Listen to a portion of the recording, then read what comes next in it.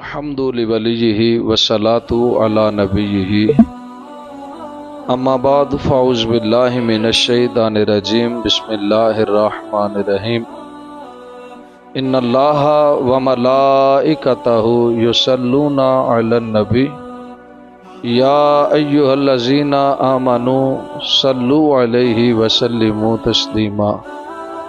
اب آپ درود شریف پڑھو۔ صلاۃ و سلام علیک یا سیدی یا رسول اللہ وعلی آلک و اصحابک یا حبیب اللہ۔ الصلاۃ و سلام علیک یا نور من نور اللہ وعلی آلک و اصحابک یا خاتم النبیین۔ حمد و صلات کے بعد آج کے درس کا موضوع فضیلت درود شریف پر کچھ گفتگو عرض کرنی ہے۔ اللہ حق بیانی کی توفیق عطا فرمائے۔ اب آپ قبل از درس یہ بات درس سے ہٹ کر ہے، کسی شخص نے کوئی مسئلہ پوچھنا ہو، کسی کے ذہن میں کوئی ابہام ہو تو وہ بقیہ نماز کے بعد آسانی سے اس پر گفتگو کر سکتا ہے۔ اللہ پاک نے قرآن میں فرمایا ہے ان اللہ وملائکتہ یصلون علی النبی، فرمایا بے شک اللہ اور اس کے فرشتے نبی پر درود پڑھتے ہیں۔ اور دیکھیے معراج کی رات تھی، یہ درود شریف پڑھنا کام کیسا ہے، فضائل کی طرف میں بعد میں آتا ہوں۔ یہ کام کس طرح کا ہے درود شریف پڑھنا؟ جب آقا علیہ الصلوۃ والسلام معراج پر تشریف لے کر گئے، حضور فرماتے ہیں جب میں عرش لامقام کے قریب پہنچا تو آواز آئی کف یا محمد بان ربک یصلی، آواز آئی اے محمد ٹھہر جائیے، آپ کا رب درود پڑھ رہا ہے۔ تو میں نے عرض کی یا اللہ یہ جو صلات پڑھی جا رہی ہے، کل کائنات تو تیرے لیے صلات پڑھتی ہے، تو کدھر صلات پڑھ رہا ہے؟ تو آواز آئی ان اللہ وملائکتہ یصلون علی النبی، فرمایا یہ ایسا عظیم کام ہے کہ میں اور میرے فرشتے مل کر زہرا کے بابے پہ درود پڑھتے رہتے ہیں۔ اب دیکھیے یہ کتنا عظیم کام ہے آقا علیہ الصلوۃ والسلام کی بارگاہ میں درود شریف پڑھنا۔ اور یہ میرے دل کی آواز ہے، کبھی بھی رب سے پوچھا ہے نا یا اللہ کوئی کام تو ہو جو تیری محبت میں غرق ہو کے ہم کریں، اور لوگ پوچھے کہ یہ کام تم کیوں کر رہے ہو تو ہم کہیں اس لیے کرتے ہیں کہ ہمارا اللہ یہ کام کرتا ہے۔ تو آواز آئی پھر وہ ایک ہی کام ہے، زہرا کے بابے پہ درود پڑھنا، میں ادھر رہ کے پڑھا کرتا ہوں تم ادھر رہ کے پڑھتے رہا کرو۔ یہ ایسا ایک کام ہے جو خدا خود کرتا ہے۔ اور آیت کے دوسری اس کے بعد آیت ہے، فرمایا یا ایھا الذین آمنو، اے ایمان والو، صلو علیہ، درود پڑھو اس پر، وسلمو، اور سلام بھیجو اس پر، تسلیما، بہت زیادہ سلام۔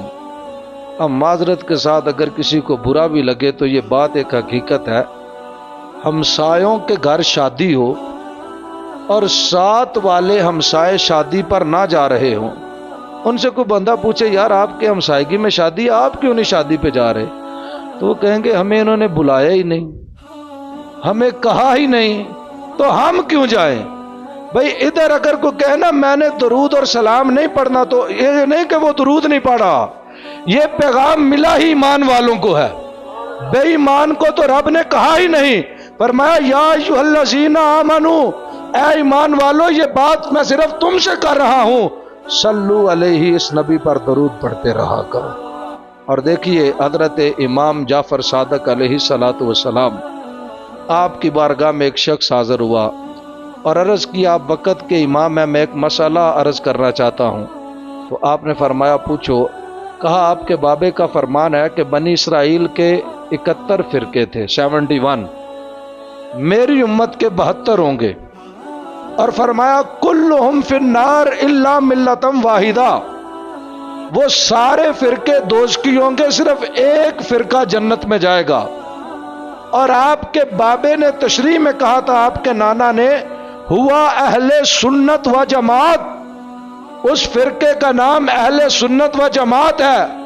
تو اے امام میں سوال یہ کرنا چاہتا ہوں کہ اگر ایک نہیں بلکہ 2 3 4 یا 5 فرقے کہیں ہم اہل سنت ہیں، دوسرا کہے نہیں جی ہم اہل سنت ہیں، تیسرے کہے نہیں نہیں اصل میں ہم اہل سنت ہیں، تو اصل اہل سنت کی پہچان کیا ہے؟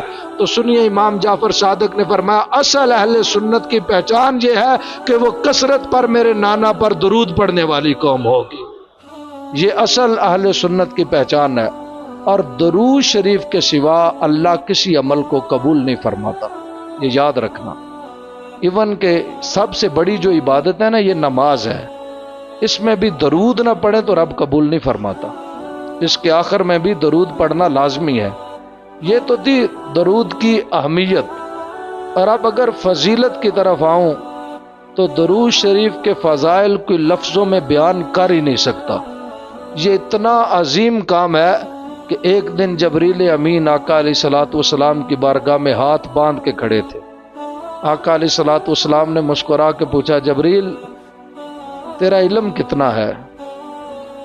تو گنتی گننا چاہے تو کہاں تک گنتی گن سکتا ہے؟ تو سنیے جبریل نے اپنے علم کی بات بتائی، کہا اے اللہ کے رسول اگر کبھی بارش آسمان سے برسے تو میں بارش کے قطرات بھی گن لیتا ہوں، میں اتنا کچھ گن سکتا ہوں۔ فرمایا اگر میں کبھی صحرا سے گزروں تو میں ریت کے ذرات بھی گن لیتا ہوں، اور کبھی میرا گزر جنگلات سے ہو تو میں درختوں کے پتے بھی گن لیتا ہوں۔ تو آقا علیہ الصلوۃ والسلام مسکرا کے فرمایا جبریل کوئی ایسی چیز ہے جسے تو نہ گن سکتا ہو؟ تو عرض کیا اللہ کے رسول جب آپ کا امتی آپ کی ذات پر درود پڑھتا ہے اللہ اسے اتنی نیکیاں عطا فرماتا ہے کہ وہ میرے حساب و کتاب سے بھی باہر ہو جاتی ہیں۔ اب بتائیے یہ کس طرح کا عظیم کام ہے جو اللہ نے ہم اہل سنت کو عطا فرمایا۔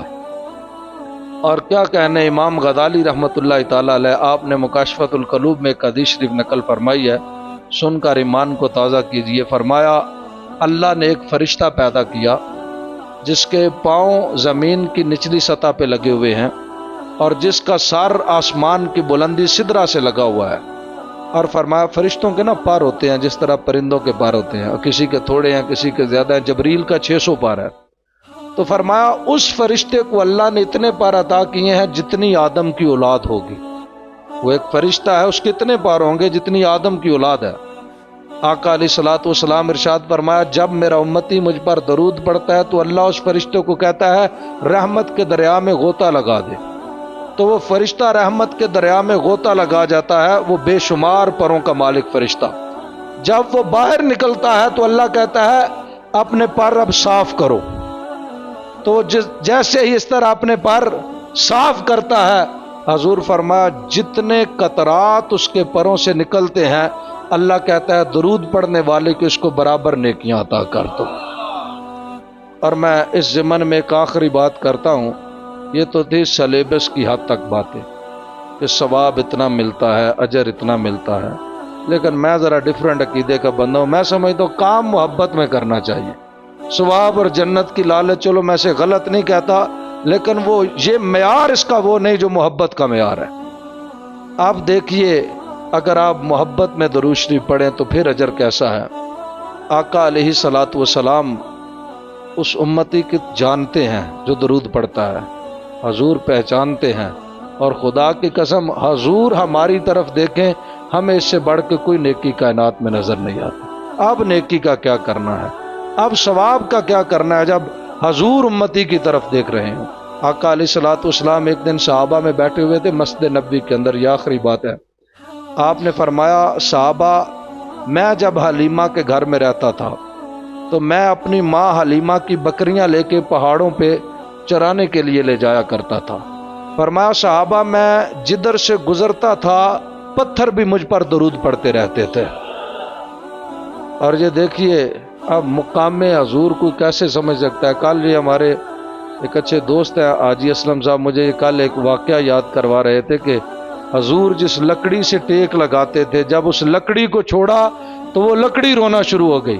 میں خدا کی قسم اٹھا کے کہتا ہوں یہ لکڑی بے جان ہے، پتھر بے جان ہے، ہم جیسے ہزاروں روزانہ اس پہ بیٹھے سے کوئی پتہ نہیں کون بیٹھا اور کون اٹھ گیا، وہ کیسے جانے عالم تھے۔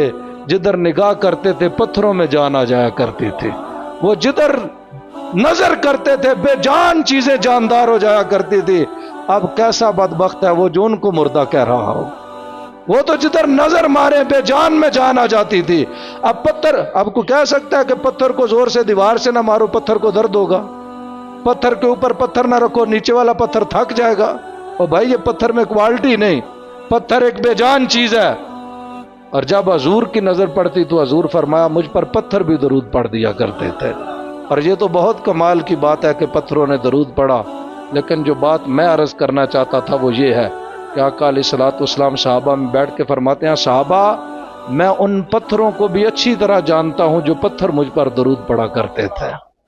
آپ اندازہ آپ خود لگا لیجئے کہ پتھر زہرا کے بابا پہ درود پڑے، حضور پتھروں کو نہیں بھول رہے، پتھر نے درود پڑا ہے، حضور پتھروں کو نہیں بھول رہے۔ اور اگر بات ہو حلیمہ کی بکریاں چرانے کی تو میں وہ ایک ہی بات کہتا ہوں کہ کبھی خواب آیا تو خیال میں وہ جمال اپنا دکھا گئے، یہ مہک لہک تھی لباس میں کہ مکان سارا بسا گئے، یہ حلیمہ بھید کھلا نہیں، یہ مکان چینو چرا نہیں، یہ خدا سے پوچھ وہ کون تھے تیری بکریاں جو چگا گئے۔ آقا علیہ الصلوۃ والسلام فرمایا وہ پتھر جو مجھ پر درود پڑھتے تھے میں ان پتھروں کو بھی جانتا ہوں۔ آپ اندازہ کر لیجئے پتھر نبی پر درود پڑے، حضور پتھروں کو نہیں بھولتے، امتی درود پڑے تو سمتی کو کیسے بھول سکتے ہیں؟ یہ تو بس پھر اپنے اپنے عقیدے کی بات ہے، کو کہے نبی دیکھ ہی نہیں رہا، نبی جانتا ہی نہیں، نبی پہچانتا ہی نہیں، یہ کسی اور بدبخت کا عقیدہ ہے۔ ہمارا تو ایمان ہے، ہم عشق مصطفیٰ میں کھو کے جو بھی کرتے ہیں حضور دیکھ رہے ہیں۔ اگر آپ کی اجازت ہو آج درس لمبا ہو گیا، ایک حدیث شریف میں مزید عرض کرنا چاہتا ہوں، تفسیر جلالین کی پھر پتہ نہیں زندگی وفا کرے یا نہ کرے، اس ٹاپک پہ دوبارہ نہ جانے کب بات ہو، تو میں ایک بات عرض کر دوں، حضور امتی کو پہچانتے کس طرح ہے؟ قسم بخدا ماں بیٹے کو اتنی اچھی طرح نہیں پہچانتی جتنا حضور امتی کو پہچان رہے ہوتے ہیں۔ آپ یہ بات سنیے، ایک عاشق رسول قبر میں چلا گیا، امام جلال الدین سیوطی لکھتے ہیں قبر میں فرشتے اس کے پاس آئے، انہوں نے کہا من ربو کا، اس نے کہا ربی اللہ۔ دوسرا سوال ہوا ما دینو کا، تو جنتیوں والا جواب دیا دینی الاسلام۔ اتنے میں آقا علیہ الصلوۃ والسلام تشریف لے آئے۔ تو تیسرا سوال ہوا ما کنت تقول فی حق ھذا الرجل، اب بتا ان کے بارے دنیا میں کیا کہا کرتا تھا؟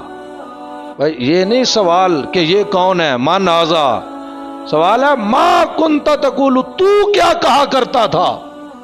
ما کنت تقول کا مطلب یہ نہیں یہ کون ہے، ما کنت تقول کا مطلب ہے تو کیا کہا کرتا تھا۔ دیکھیے اگلی بات بعد میں کرتا ہوں، ہم سے پوچھیں گے تو لطف نہ آ جائے گا، کہیں گے تم کیا کہا کرتے تھے؟ ہم تو یہی کہتے تھے سب سے اولا ہو آلہ ہمارا نبی، ہم تو یہی کہتے تھے تو اجے میرا یار نے ڈٹھا جنوں ویک کے چن شرماوے، ادھی راتی دن چڑھ جاوے جو کنڈ مکھڑے تو چاوے۔ ہم تو یہی کہا کرتے تھے کوئی مثل نہیں ڈھولن دی، چپ کر میرے علی اوتھے جا نہیں بولن دی۔ ہم کیا تو جب تیسرا سوال ہوا نا ما کنت تقول فی حق ھذا الرجل، یہ جو شخص نظر آ رہے ہیں ان کے بارے کیا کہا کرتا تھا؟ تو اس نے دیکھ کے گھبرا گیا، اس نے کہا میں نہیں جانتا یہ کون ہے، لیکن تھا عاشق رسول، جواب دوزکیوں والا دے دیا، کہا لا ادری، میں نہیں جانتا، مجھے کچھ سمجھ نہیں آئی یہ کون ہے۔ فرشتوں نے کہا اگر نہیں سمجھ آئی تو پھر عذاب کھول دو اس کی قبر میں۔ ابھی فرشتے کہہ رہے تھے، حضور نے فرمایا دوبارہ پوچھو اس سے، بھائی اسے ایک مرتبہ سمجھ نہیں آئی، اسے دوبارہ پوچھو، شاید جی آپ بتا دے میں کون ہوں۔ جب دوبارہ پوچھا گیا تو اس نے پھر کہا لا ادری، میں نہیں جانتا یہ کون ہے۔ تو آقا علیہ الصلوۃ والسلام فرمایا فرشتوں جلدی نہ کرو، اسے پھر پوچھو میں کون ہوں۔ تیسری مرتبہ جب فرشتوں نے کہا نا ما کنت تقول فی حق ھذا الرجل، ان کے بارے دنیا میں کیا کہتا رہا ہے، تو اس نے کہا لا ادری، میں نہیں جانتا یہ کون ہے۔ حضور نے فرشتوں کی طرف دیکھ کے فرمایا فرشتوں ٹھہرو، اگر اسے نہیں سمجھ آ رہی میں کون ہوں تو میں اچھی طرح سمجھتا ہوں یہ کون ہے۔ اسے نہیں بھی سمجھ آ رہی، اور قسم بخدا اتنا وفادار نبی کہاں سے لاؤ گے؟ 1,24,000 انبیاء کم و بیش دنیا میں آئے ہیں، 313 رسول آئے ہیں، میں خانہ خدا میں ممبر رسول پہ بیٹھ کے کہہ رہا ہوں، قسم با خدا یہ اکیلا نبی ہے جو وفا کرنے امتی کی قبر میں آ جاتا ہے، اس سے پہلے کوئی نبی اپنے امتی کی قبر میں نہیں گیا۔ محمد بوٹا گجراتی آپ نے فرمایا تھا قبر کے بارے میں سنیا یار دے دیس اندر اوکھیاں منزلاں پاریاں نے، ایک بند جی ملنی ہے کوٹھڑی جدے بوئے تے نہ کوئی باریاں نے، تے جدو بہار وچ خزانے وال کھولے پنچھی اڑ کے مار اڈاریاں نے۔ محمد بوٹیا جھوٹے ہی جگ سارا کملی والے دیاں سچیاں یاریاں نے۔ وفا کرنی ہے تو مسلمانوں اپنے نبی سے وفا کرو، قسم با خدا۔ میاں صاحب فرمایا یاری اوتھے لا محمد جتھے اگلا قدر بھی جانے، یاری لانی ہے تو حضور نہ لاؤ، محبت کرنی ہے تو حضور سے کرو۔ یہ کائنات جھوٹی ہے، کسی نہ کسی جگہ دغا دے دے گی۔ یہ واحد زہرا کا بابا ہے جو وفا کرنے قبر پر بھی آئیں گے، اور جب امت پیاسی ہوگی تو کوثر پہ بیٹھ کے وفا کریں گے، جب امت کا نامہ اعمال تل رہا ہوگا تو میزان پہ بیٹھ کے وفا کریں گے۔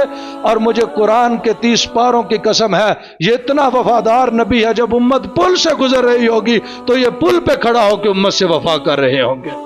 حضور فرمایا میں ادھر کھڑا ہو کے کہوں گا ربی سلم ربی سلم، پھر جس نے حضور سے وفا کی وہ تڑپ کے کیا اٹھا، اس نے کہا دوزخ میں تو کیا میرا سایہ نہ جائے گا، کیونکہ رسول پاک سے دیکھا نہ جائے گا۔